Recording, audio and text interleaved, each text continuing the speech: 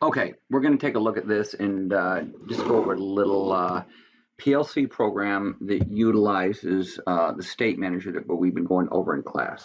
Then we want to do the PLC program and draw the wiring for the I/O for the following. Now, what we're going to do is we are going to use the master control relay on this. So just to review, you would be hooking up a master control relay coming off of X1 and X2, or if you're thinking that this would be hot and this would be the neutral, that we would have, this would a normally closed stop button, or call it off, and a normally closed start button. I guess maybe this would be stop, this would be on. And then what we would do is we would hook up a CRM, which is just a relay, right?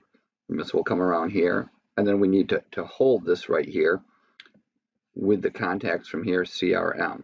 And if we were just using a regular relay, it would be 17 and 18. These are the relays that we have in class, and then this would be 1 and 2. And then, like I told you, I like to have a light kind of in parallel here, maybe an amber light to indicate that the master control relay is on. So this is a hardwired, kind of start-stop circuit from 131. And then what we did was we used this contact here off of the CRM. We could have had line 1 here coming off, and that would close through another set of contacts, which would be on our relays, are like 5 and 6. And what that does is that could run to, the output module right here, my output module, and that would be the voltage source for it. So instead of just automatically switching on, that would only be juiced up if the master control relay was on. And then on my input module right here, remember anything that we did, any kind of inputs that we put, for example, if we had, a normally open, on button, and then we had, a normally closed, off button here. Remember that this daisy chain goes back to here as well, okay? So that these aren't going to work unless this is on. And then my line 2 right here is my common, or for my card here, and that's my line 2. So that's kind of the way that this master control relay gets wired up and worked, and we'll be using this on the final exam and on some other activities, right? So we have a hardwired start button, energizes the system. So this hardwired main start button is the master control relay right here. So on, let's call this start. That's what that's talking about here. It's hardwired. It's a hardwired circuit. It has the logic wired, not programmed logic, but wired logic. Energizes and turns on a master control relay, and a stop button de-energizes the system. So that's that first part here. A cycle start push button, that's our cycle start right here, causes conveyor and system light to come on. So now we have a start and on and off, and then we're going to have a conveyor comes on. So right here, I'm going to need, a motor starter here for the conveyor, and a system light to come on. So over here, I'm going to need, a system light. I don't know if you want to have be green or something, until a photo switch is hit. So right here, I'm going to need, a photo switch. And if it's 2 or 3 wire, we'll just leave it as like a 2 wire, right? After a photo switch is here, there's my prox, okay? Is hit, a crosstalk relay is turned on. So over here, I'm turning on a relay, okay? And so this is a control relay, and this is for the robot. That's what this is doing. I think it's going to talk to the robot. We'll learn about that. It's turned on and off for 1 second, and so there's a timer in here, but the timer isn't part of the I/O. That's programmed. And then 4 seconds after the part is picked up, the conveyor will start again. A cycle button stops the conveyor and turns off the operator light. So because we're using a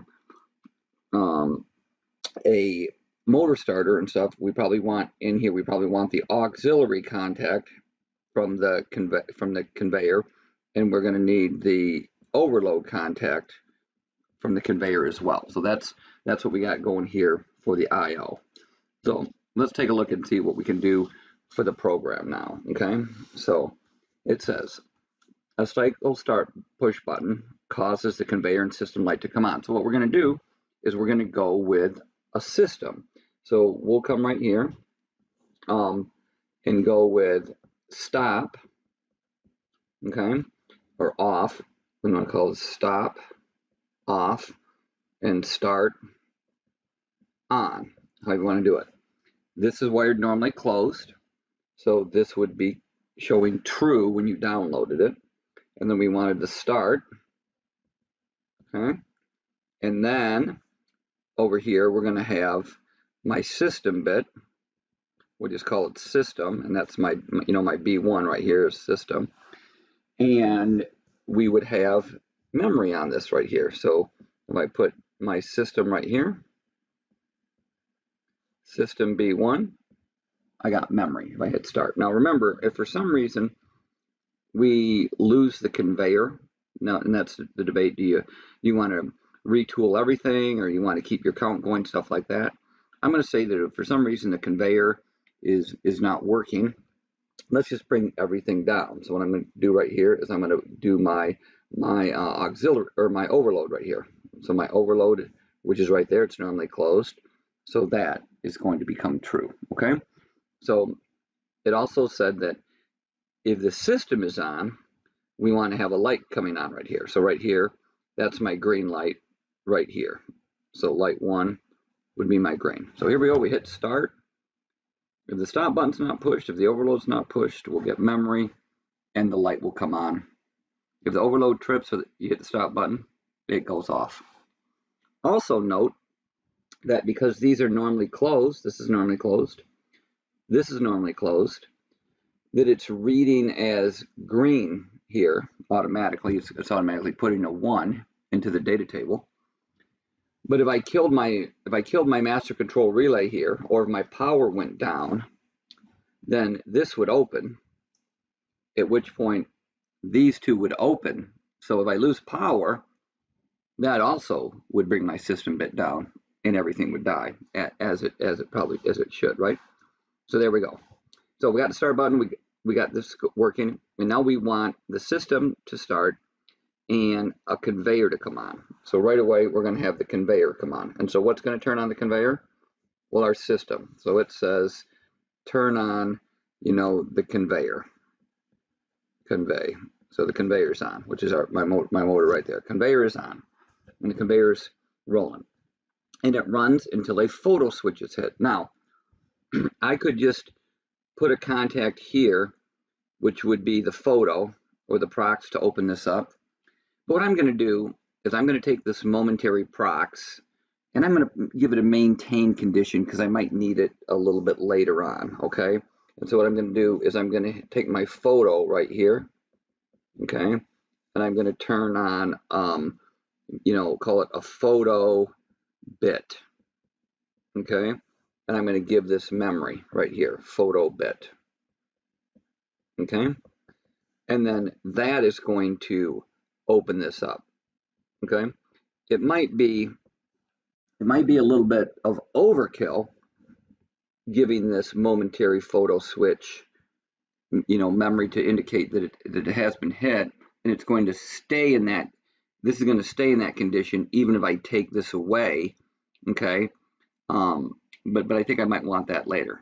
Now, just as a side note, if for some reason I lose power and everything right here, and then I turn it back on, this still has memory. So if I wanted to restart everything, I do every time I lose power or do a full reset or anything like that, anything that's got memory, which this would have memory, I need to break, okay? And so that I would break it with my system bit, okay? So sorry, let me do it this way. That's not right. My system bit. I'm going to put the system bit right here, B1 system. So that way, I have to have the system on for this to even work in the first place. So if somebody accidentally came up and hit the photo switch, nothing would happen unless we had the system on, okay? And the only way you can get the system on is to have the master control relay on. So, and it's the same thing is if somebody turned the system off, well then this would go off. All right, so far, notice the system has been in each rung, and it's killing each rung if for some reason the system goes down with a stop, an overload, or a power loss. All right, So anyways, conveyor, it rolled down and it hit the photo. The conveyor has stopped, and I'm holding this system bit on. And so now it says a crosstalk relay is turned on and off for 1 second. So at this moment, I want to use this photo bit again, okay, because it's held, okay, to turn on a relay, okay, it's turned on and off for 1 second to signal the robot. So as soon as it comes down and it hits this photo bit, we're going to turn on the control relay for the robot. So it says, that's saying, robot, come get the part. So the robot's going to move in place, and it's going to come and grab that, okay? And so we got to talk to this robot. This comes on, and this photo bit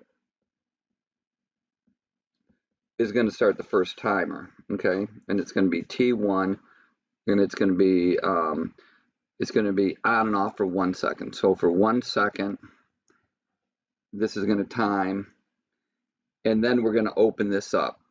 T1 done. So the robot gets the message for 1 second, come pick up the part, and then, you know, it's going to take away the part. A crosstalk is turned on and off for 1 second to signal the robot to pick up a block. So now we're going to come here. I got T1 get done, and that is going to start T2, and that's a 1 second. Okay, so what that did was it turned the talk to the relay came on, and then 1 second later it went off. Okay, and so let me see about this. I don't know if we quite need this yet. So let me read it one time. The switch is a crosstalk is turned on, and 1 second later it is turned off. So I guess I'm okay with this now. I got a little bit of a head of myself.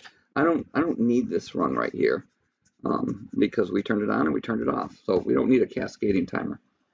Let me see this again. 4 seconds after the part is picked up. Okay, so now there's the problem. So we're gonna pick the part up, okay? And so the robot is gonna come over after this, and then it's going to grab the part, okay? And the way that we know that it grabbed the part is because the photo switch goes low, okay? So it's gonna come right here, and it's going to grab the part, which this would be true if it was there. So what I'm going to do is I'm going to make this false. So there's my photo, which is right there. There's my photo. So remember, when this rolls and hits this opens, okay, and then when we take it off the conveyor, it's then going to go back to being true, right? So once that gets there, that's where T2 is, okay? T2, and that's 4 seconds. But now the issue is, if we just started this and it hadn't rolled down and it hadn't hit the photo switch yet, okay, this would be true and this would be timing. So that's where we need the state manager. So I did need that there.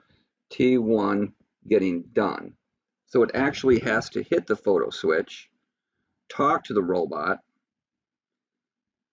time out, turn off the talking to the robot. This is still held. So this becomes true. And then it picks up the part, causing this to go true. So now then it's going to go 4 seconds after the conveyor will start again. So after 4 seconds, that means the robot's cleared. We want the conveyor to start again. So what turned the conveyor off? The photo bit did. So basically, if I come here and go T2 done, and that opens that up, well, it kills the photo bit, and the photo bit had signaled that it was there. The part's gone, so this isn't true. The photo bit went off, so we're not talking to the robot. The photo bit goes off. We're not timing anything. The photo bit, this is not the photo bit, this is the actual photo sensor. That's back to close, but this is open again. So at that point, everything's kind of reset here. A cycle stop button starts the conveyor and turns off the operator, and that was my stop button. So at this point, because this opened up the photo bit, the conveyor starts running again after 4 seconds, and we're ready to go again. Hit the photo switch, because, you know, once again, this would be true if we hit this. Photo bit gets signaled and held, talks to the robot, starts the timer. 1 second later, we're done talking to the robot. That's done. This would be true there because it was the photo. 4 seconds, and it takes it away. All right, so that's kind of what we would be looking at here. Let me just verify one more thing. This is the photo. So if the part is there and the robot takes it away, this would go true. Yep, if the part is there and the robot takes that part away, it would go true. If the part was there, this would be false, and that's what's happening when it rolls down. So a little more of a complicated, but what we did is we used you know, kind of a state manager, and our main state manager was this photo bit here. It had to be made here, the photo bit, in order for you know, the rest of this operation to occur. So hopefully this helps you with your little activity that you are working on right now, and I will see you guys soon.